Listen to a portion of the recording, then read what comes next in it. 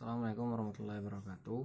Perkenalkan, nama saya Muhammad Rinaldo dari Prodi Bimbingan dan Konseling Islam yang akan menjelaskan teori psikoanalisis Sigmund Freud. Yang pertama, teori psikoanalisis Sigmund Freud. Teori ini dapat diartikan sebagai analisis jiwa. Teori psikoanalisis klasik pertama kalinya ditemukan oleh Sigmund Freud di tahun 1986, yang mana pada masa itu teori psikoanalisis merupakan teori baru yang meninjau tentang manusia yang menganggap bahwa ketidaksadaran menjadi peran penting untuk memahami perilaku dan kepribadian manusia. Freud mengartikan psikoanalisis dalam 3 arti, antara lain yaitu: 1. Psikoanalisis digunakan untuk menunjukkan sebuah metode penelitian terhadap proses psikis, misalnya saja seperti mimpi. Hal ini tak pernah dijangkau oleh penelitian ilmiah sebelumnya. 2. Psikoanalisis dapat ditunjukkan sebagai salah satu teknik yang digunakan untuk mengobati gangguan-gangguan psikis yang dialami oleh klien neurotis. 3. Psikoanalisis digunakan untuk menunjukkan seluruh pengetahuan mengenai psikologis, baik yang didapatkan melalui metode atau teknik. Teori psikoanalisis menjadi salah satu teori psikologi kepribadian yang paling komprehensif dibandingkan teori lainnya. Freud mendeskripsikan kepribadian ke dalam 3 pokok bahasa, yaitu struktur kepribadian, perkembangan kepribadian, serta dinamika kepribadian. Yang kedua yaitu teori kepribadian Alfred Adler. Teori Adler ini, menurut Adler, manusia merupakan makhluk individual yang termotivasi oleh dorongan-dorongan sosial yang memang sudah dibawa ketika lahir. Alfred Adler merupakan pelopor dalam ilmu psikologi yang membahas tentang teori bawah sadar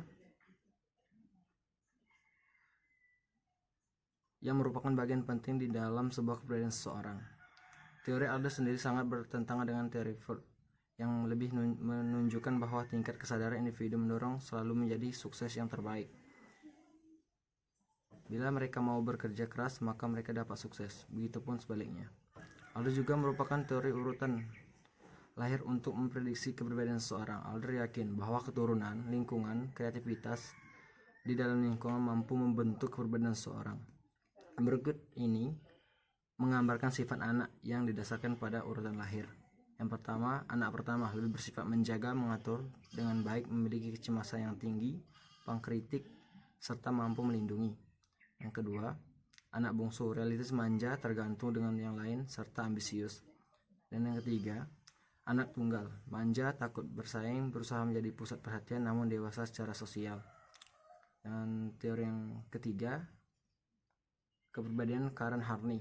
Sebenarnya Harney merupakan salah satu pengikut dari teori Freud. Namun dengan berjalannya waktu, Freud mulai terpengaruh dengan teori Adler dan Jung, sehingga lebih mengembangkan pendekatan kepribadian holistik. Harney memperlihatkan cara pandang yang berbeda mengenai neurosis. Menurutnya, terhadap hubungan yang jelas antara neurosis dengan kehidupan sehari-hari.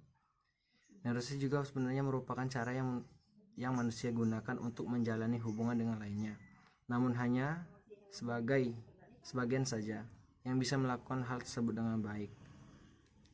Harney menemukan bahwa terdapat 10 bentuk kebutuhan orang neurotis yang berdasarkan pada beberapa kebutuhan primer yang berhambat akibat beragam kesulitan yang manusia hadapi. Kebutuhan tersebut antara lain adalah: A. Kebutuhan akan penerimaan dan afeksi, kebutuhan terhadap yang mengganggu kehidupan, kebutuhan dalam membatasi hidup pada batas yang sempit, kebutuhan akan kekuasaan, kebutuhan eksploitasi orang lain, kebutuhan akan parasitise, kebutuhan untuk dikagumi, kebutuhan dan akan prestasi, kebutuhan akan kemandirian dan kecukupan, dan yang terakhir kebutuhan akan kesempurnaan. Baik, itu saja yang bisa saya sampaikan. Lebih dan kurang saya mohon maaf. Billahi taufiq wal hidayah. Wassalamualaikum warahmatullahi wabarakatuh.